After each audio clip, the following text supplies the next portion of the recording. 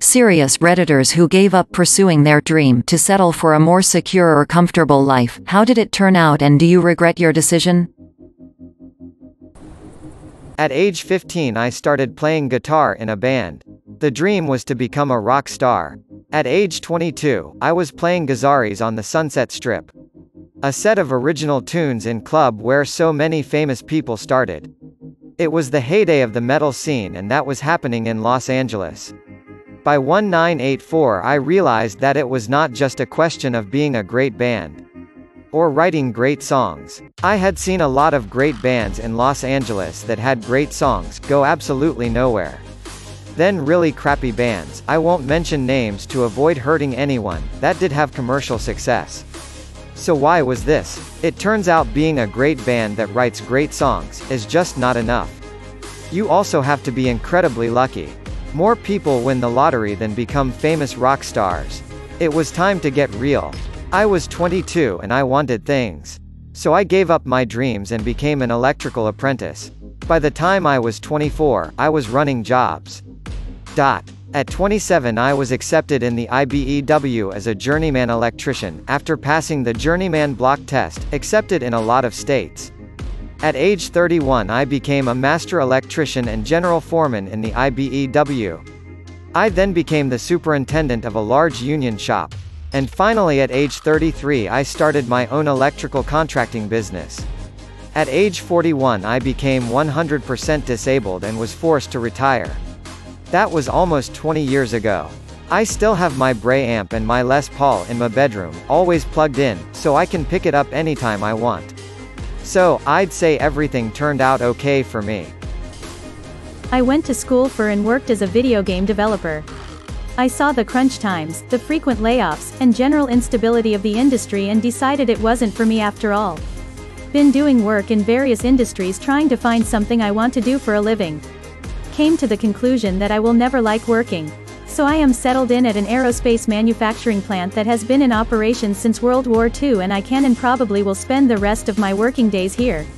I've decided that it's better for me to get my life's fulfillment from my hobbies and relationships instead of my work. Chased my dream, took decades, and did better than I thought I could. Stayed focused throughout. Thing is, I should have re-evaluated long ago. Turns out I was chasing the wrong dream. I regret not recognizing that the dream can and should change. If you blindly chase one dream, the finish line isn't necessarily fulfilling. I was on the path to becoming a professor, and I don't regret leaving academia at all. The pay is terrible, the requirements to achieve your dream can crush the soul out of you if you're not careful, and the chances of achieving actual job security grow dimmer by the day. There are some things I miss about it, but I really can't regret choosing a good-paying, if somewhat more boring, office job that gives me security and disposable income to pursue my own hobbies and travel, before the pandemic, of course. Edit. Wow. Thanks so much for the upvotes and awards. It's been really interesting to read about everyone's different experiences and perspectives. Turned out great, just not right at the moment, as I am still job hunting after having to quit my previous job. Still no regrets though. I went to college to become a 3D animator. Something I always dreamed about. I was top of the class, constantly won awards for my work. I honestly thought I was going to make it big. Then the final semester started and all the seniors were required to go to a special hiring event where tons of big names would be. I got my portfolio and resume copies ready to go, and spent hours researching the big names and their projects, as well as rehearsing lots of practice questions. It was devastating. No one would look twice at my stuff. Introduced myself, made some awkward small talk as they were so disinterested, then as I walked away they would immediately put it in the stack with hundreds of other portfolios, and not in the special pile. I switched up my game. I started introducing myself with a quick mention that I had a background in programming. I did. Thinking that maybe that would give me an edge. Oh boy, did it work. Suddenly I was getting personal business cards, phone numbers and emails. My resume was put on the special pile.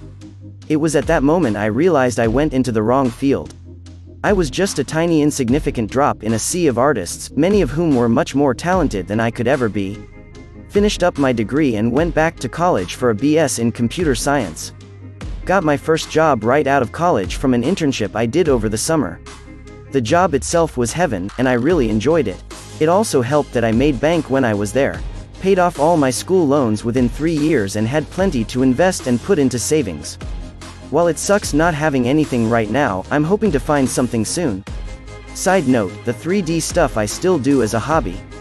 Not nearly as good as I once was, but it is still fun and relaxing. Honestly, turned out great. I realized my band wasn't going to get a record deal after a few years, and then after playing for other people's bands for a while it started to become less fun. I got a proper job, started working on my career, and used my new spare time to start playing rugby again. Now I've got a really good job in a sector I enjoy working in, married, kids, nice house, all that stuff, and I still play rugby on Saturdays pre-pandemic to keep things a little different as well as keeping in shape. I don't really see it as giving up on my dream. It was just recognizing that it wasn't going to happen. I'm very fond of that period of my life, and having spent quite a few years chasing that particular dream, I don't have any regrets or what-ifs about being in a band. Part of me regretted it, part of me knew I had to. I always wanted to be a doctor. No pushy parents or anything like that. I just wanted to fix problems, and medical things seemed like the most interesting problems. Things change, get worse, better, add new problems. My little brother was born and developed seizures and development issues. I decided pediatrics was for me. The same problems, puzzles, but with the added intrigue of the patient being unable to tell me what was wrong. Sounds a bit sick, but that's what my brain wanted. I didn't get the grades at school. Unfortunately, my stepdad died and it messed me up a bit being needed at home with my siblings, and I shifted my focus. I did go to university, did an access course and a biology degree with the aim of then going on to medicine afterwards. Sadly, I got 2 rejections for med school, on my birthday no less, and I pissed away the rest of my final year, because, what was the point anymore? I then met a boy, now husband, and needed to get a job. Any job. Please just give me a job.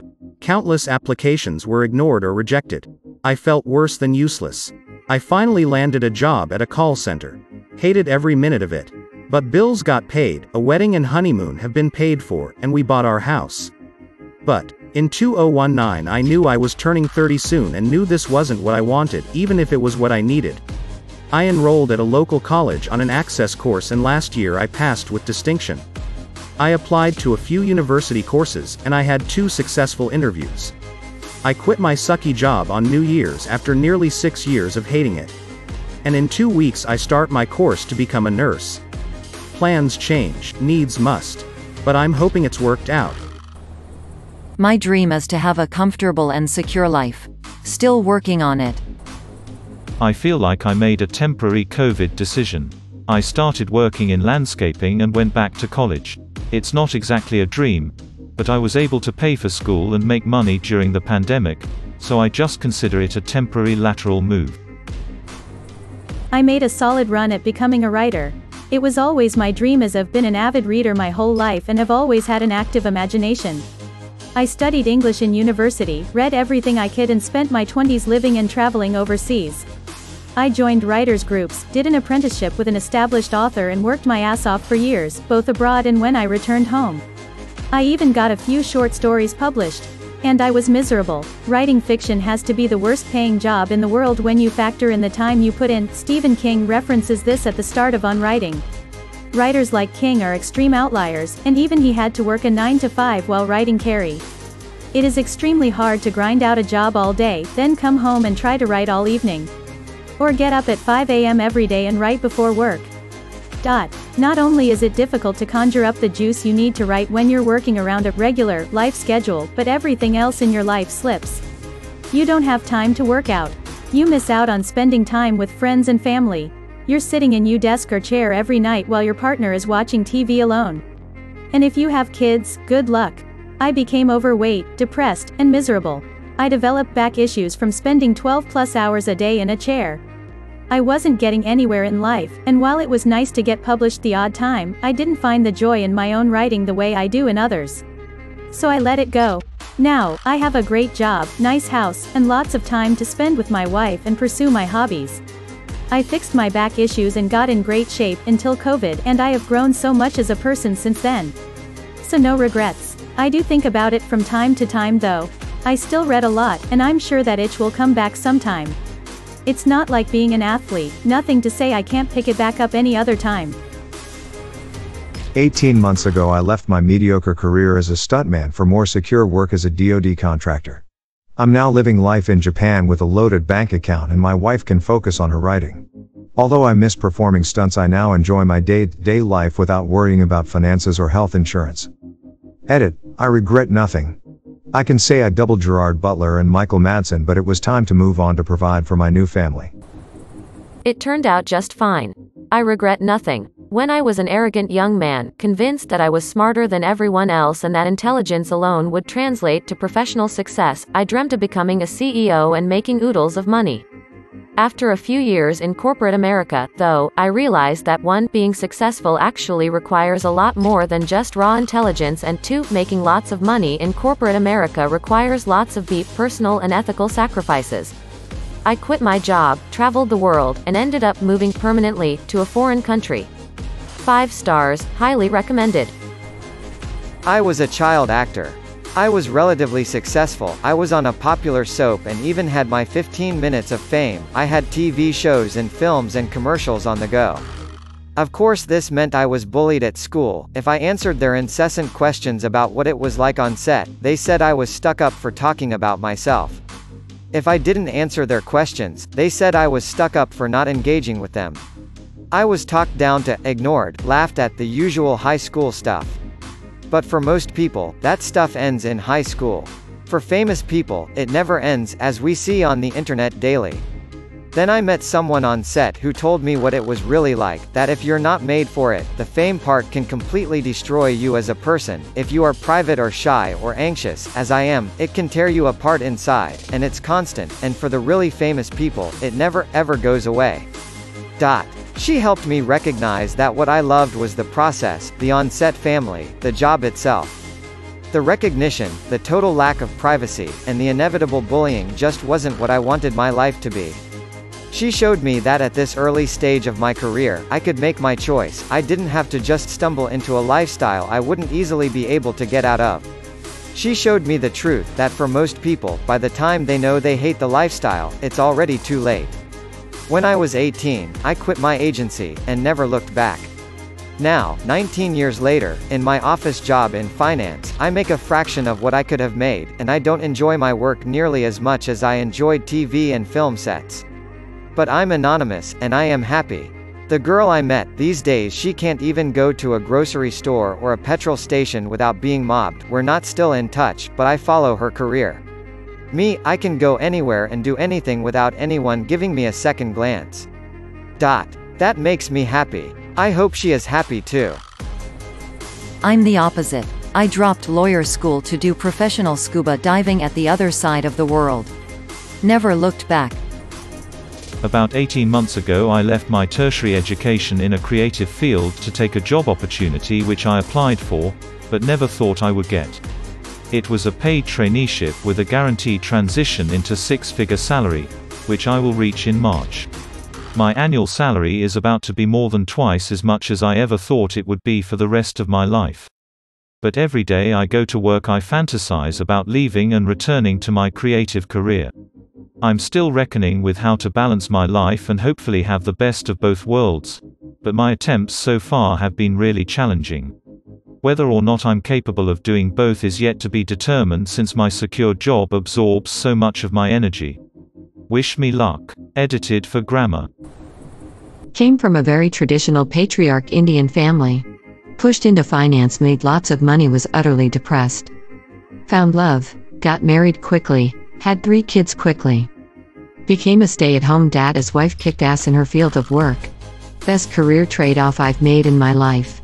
As I whip up the meanest batch of strawberry banana pancakes this AM, smile. Truth is, your mind desires what it doesn't have. If you chase your dream, you will desire for stability and comfort. If you have comfort and stability, you will desire you had chased your dream. So, I say never regret. Just keep trying new experiences and never stop. 'Cause if one life isn't enough to satisfy you, nothing is. It was fine, but no one gives a beep if you're a professional bassoonist, and there really isn't enough paying work. I did it professionally for 8 years before quitting to raise kids. Now I work in IT. If I had to do it over again, I'd have just gotten a real job and not put so much time into an instrument that I don't like playing. Chasing a dream can often be like trying to reach the horizon. The concept of reaching it is an illusion. Aim instead to enjoy your journey, regardless of any destination you might find. What if your dream is a secure and comfortable life? May your day be filled with joy and happiness. And please remember to like, share, and subscribe for more quality content every day.